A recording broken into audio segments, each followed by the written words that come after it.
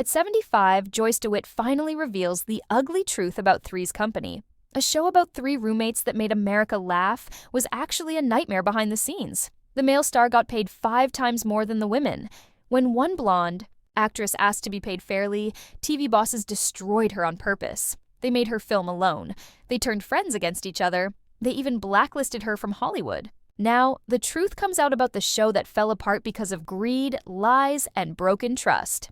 In early 1976, Fred Silverman had just become the head of programming at ABC, and he was looking for something bold to shake things up.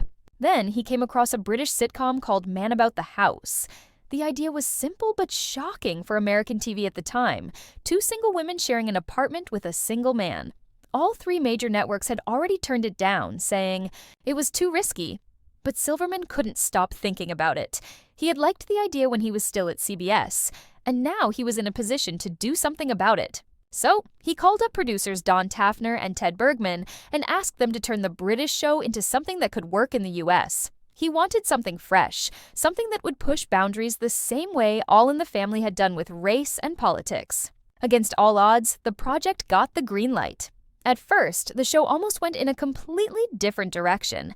The first person hired to adapt it was Peter Stone, a respected Broadway writer. He set the story in New York and made them Maine.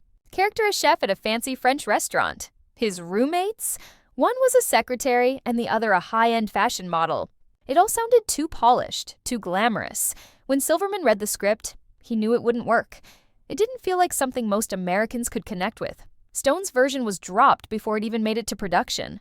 That early, failure showed just how tricky it would be to take a British idea and make it feel right for American viewers. They needed something more down-to-earth, something that felt like it could really happen in a place like Santa Monica. That's when Larry Gelbart, the creator of Mass H, stepped in, though not very willingly. He thought the concept was too light, too silly, but as a favor to Silverman, he agreed to take a shot at it. Working with his son-in-law, Gary Markowitz, Gelbart came up with a new version. Markowitz was the one who came up with the title Three's Company. In this version, the guy was named David Bell, a wannabe filmmaker who could cook. He lived with Jenny, a DMV employee, and Samantha, an actress trying to catch a break. They all shared a place in a building called the Hacienda Palms in North Hollywood. Gelbart didn't stay with the show for long, but his version helped shape the tone. It brought the idea closer to something that felt familiar, but still a little daring. The day before filming was set to begin on Three's Company, ABC had a problem. They had tried 3 different pilots, but no one had nailed the role of Chrissy Snow. Time was running out. ABC's entertainment president, Fred Silverman, was desperate, so he sat down with a stack of audition tapes and began fast-forwarding through them. He wasn't expecting much. Then something caught his eye. It was Suzanne Summers. He had seen her once on The Tonight Show. He stopped the tape, rewound it, and watched closely. He couldn't believe she hadn't been picked. When he asked why she was rejected, no one could give him a real answer. Without wasting a second, Silverman had her called in the next day. She was on set.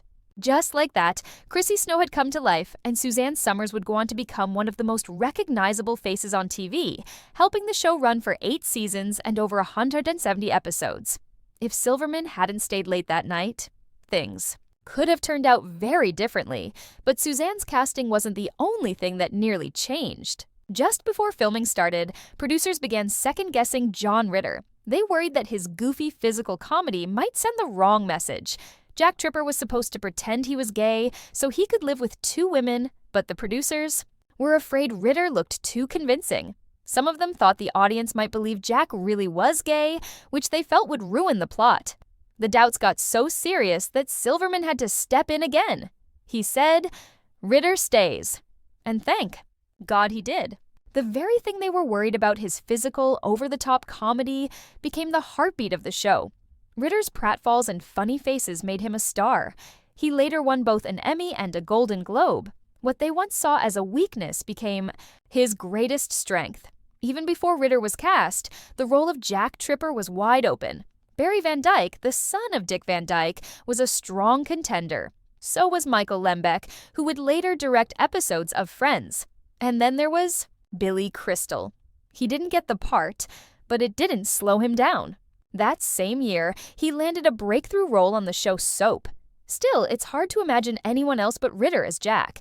His charm, timing, and physical humor made the character unforgettable. And the cast wasn't just lucky, it was brave.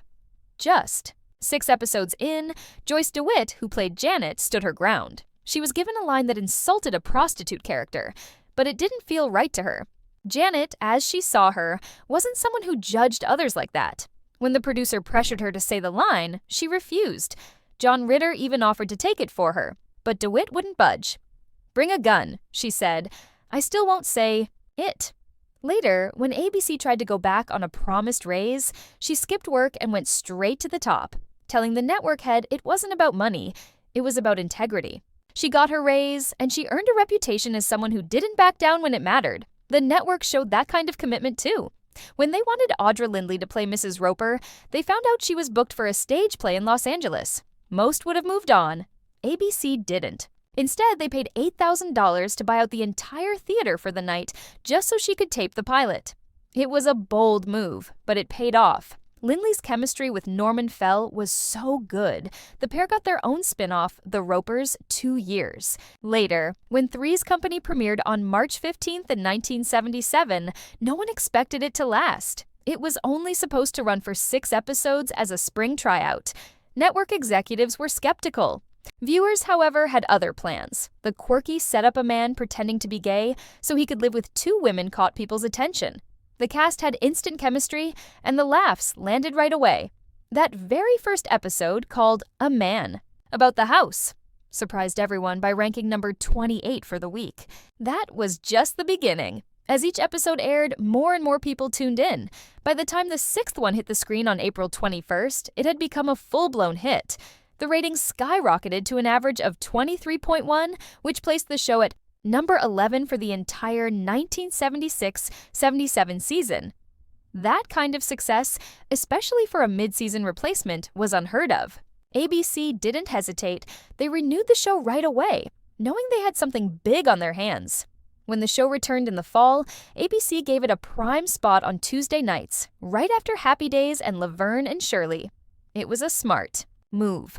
Audiences kept coming back, and the ratings soared even higher. For the 1977-78 season, it climbed to number 3 in the country. Nearly a third of all TV households were watching Three's Company, and it didn't stop there. The very next year, it hit number 2 with a staggering 30.3 rating.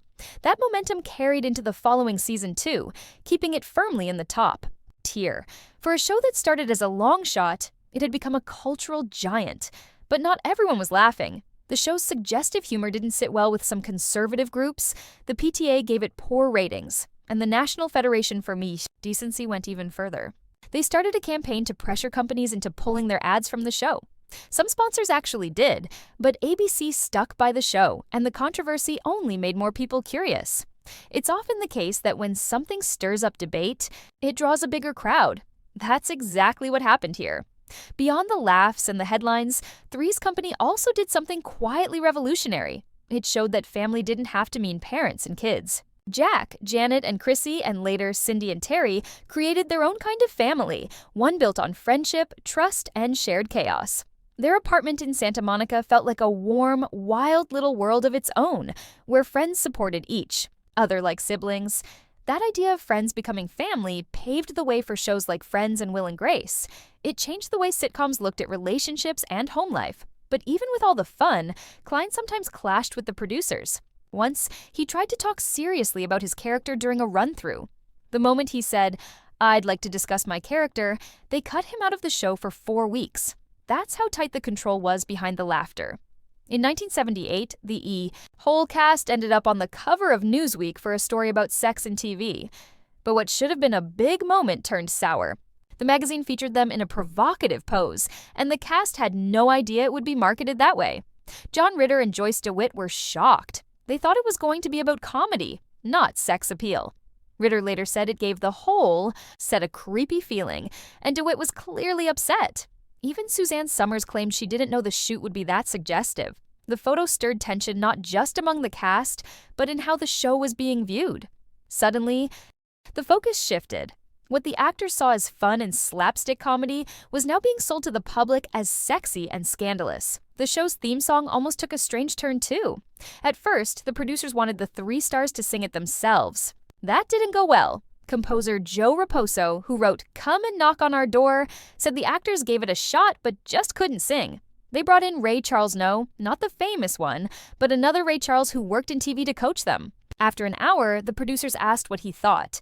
He didn't want to be rude, so he said, "I'm not sure." The producers just laughed and told him, "Well, we are. We like the way you sing it." That's how Ray Charles and Julia Rinker Miller ended up recording the theme instead. Behind them were some of the best session musicians around. Hal Blaine played drums, Tommy Tedesco was on guitar, and Raposo even played sax. They turned it into one of the most unforgettable opening songs on television. Suzanne Summers, meanwhile, was making moves most people didn't see. During the first season, she gave up her entire salary from the first 6 episodes. She handed it over to a manager named Jay Bernstein. Her deal was simple: make me famous, or it's all for nothing. At the time, Three's Company was just a mid-season replacement, and no one knew if it would last. But Summers was thinking long-term. Bernstein was the guy who'd turned Farrah Fawcett into a star, and Summers wanted the same. Within a year, she landed on 55 magazine covers. Her face was everywhere. Bernstein later admitted he didn't think she was all that good-looking, or even talented, but he saw a fire in her. He said, "I hadn't seen that kind of passion since Sammy." Davis Jr., Summers bet on herself, and it worked. She went from sitcom newcomer to one of the most recognizable names on TV. In the late 1970s, Three's Company was one of the biggest shows on TV. Everyone was watching it. But while the audience laughed at the goofy antics on screen, something unfair was happening behind the scenes. John Ritter, the show's lead, was making $150,000 an episode. Suzanne Summers, who played the bubbly and beloved Chrissy Snow, was only getting $30,000. Joyce DeWitt, the other female lead, was paid the same. Suzanne was a huge reason people tuned in. She had one of the best ratings with women aged 18 to 49, exactly the group advertisers wanted. But even as the show became a hit, she was making a fifth of what Ritter earned. When she started, Suzanne had been thrilled just to be there. She was a struggling single mom and grateful for the paycheck. At $3,500 a week, it felt like a dream. As the show took off, her salary rose to $30,000 per episode, but she couldn't help noticing that other male stars like Alan Alda from Massich and Carol O'Connor from All in the Family were making 6 figures every week. The gap wasn't just unfair, it was massive. By 1980, Three's Company was heading into its 5th season. That's when Suzanne decided to speak up. She wanted equal pay. She wasn't asking for more than Ritter, just the same $150,000 per episode plus 10% of the profits before going into negotiations. She told her co-stars about her plan. She said, "If you back me up, we'll all get it. I'll be the one to take the heat." Her husband, Alan Hamill, who used to work as a TV producer, went in to negotiate for her. He warned her it might not go well, but Suzanne didn't think they'd dare get rid of Chrissy. She was wrong. ABC didn't just reject her request. They were cold about it. "Who do you think you are?" they asked. "John Ritter is the star." Instead of negotiating, they offered her a tiny raise, just $5,000 more per episode. She refused, and that's when things really fell apart. What Suzanne didn't know was that the timing couldn't have been worse. Not long before, the stars of Laverne and Shirley, Penny Marshall, and Cindy Williams had gotten a huge raise from ABC after fighting for it. That deal had left the network bitter. They didn't want any more actresses asking for what the men were getting. According to her husband, the network decided they needed to make an example out of someone. Suzanne was perfect for that. She wasn't. The title character, and they thought they could replace her without hurting the show. Unlike Laverne and Shirley, you could fire Chrissy Snow, and they did. But they didn't just fire her, they humiliated her. Even though she still had time left on her contract, they cut her part down to just 60 seconds per episode. They filmed her alone on a separate set, pretending to talk on the phone with the other characters. She wasn't allowed to see her castmates. A security guard walked her to and from the set like she was a criminal. The people she had worked with every day now ignored her. The producers told the rest of the cast she was greedy, that she was trying to ruin the show, and most of them believed it. She was left completely alone. The damage was deep. The friendships were over. And her career, it was suddenly frozen. No one wanted to hire her. "I was fired from the #1 show at the height of my success," she said, and I couldn't even get an interview. For years, she was blacklisted from television, all because she dared to ask to be paid the same as a man. After Suzanne Summers suddenly left Three's Company in 1981, everything changed. The producers were caught off guard and rushed to replace her. They brought in Jenna Lee Harrison as Cindy Snow, Chrissy's clumsy cousin, but the switch was too quick and too jarring. Viewers didn't connect with Cindy. She tried to act silly like Chrissy, but it didn't feel the same. The charm was missing, and the chemistry just wasn't there.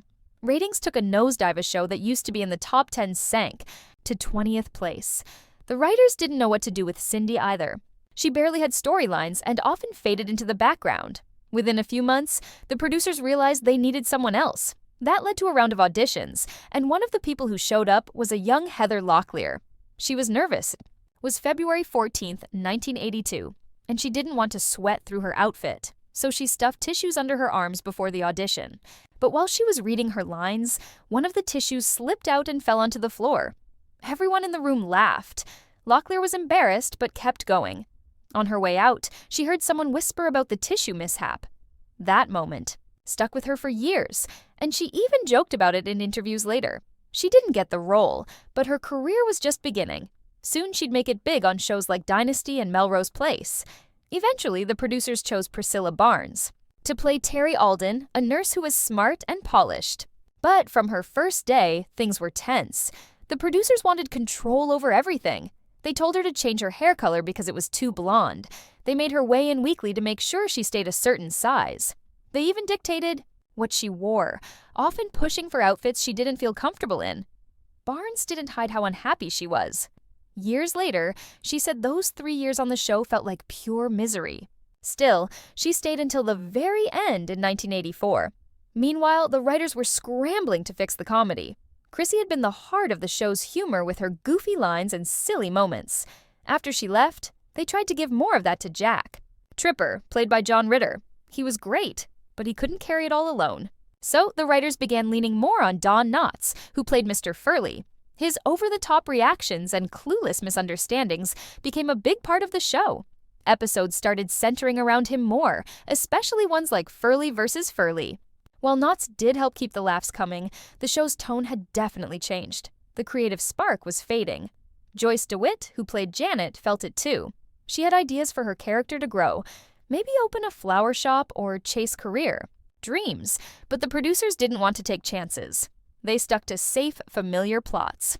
By the time the series ended, Janet was married off in the finale, a move DeWitt thought didn't fit the strong, independent woman she had been playing. Viewership kept dropping. Compared to its peak, the final season lost over a fifth of its audience. Critics noticed the slump.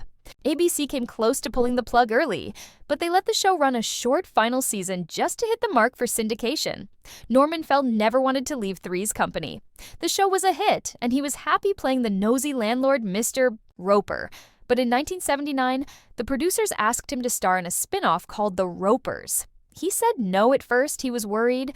What if the new show failed? So the producers made a promise. If The Ropers got canceled after one season, he and Audra, Lindley, who played Mrs. Roper, could come back to Three's Company. They even put it in writing. With that safety net, Norman finally agreed. When The Ropers premiered, it looked like he made the right call. The ratings were strong. The show even ended the season as one of the top 10 most watched. But then everything changed. ABC made a strange move for the second season. They shifted The Ropers to Saturday night. That time slot was a problem. It had a much smaller audience. Ratings dropped fast. Norman begged the network to change it back, but they refused. Then, in May 1980, ABC canceled the show. The timing raised eyebrows. It came just 1 month after the promise to let Norman return had expired. Norman believed the decision to cancel had been made earlier, but ABC had waited on purpose. They didn't want to bring the Ropers back, especially now that Don Knotts had taken over as the building's landlord, Mr. Furley.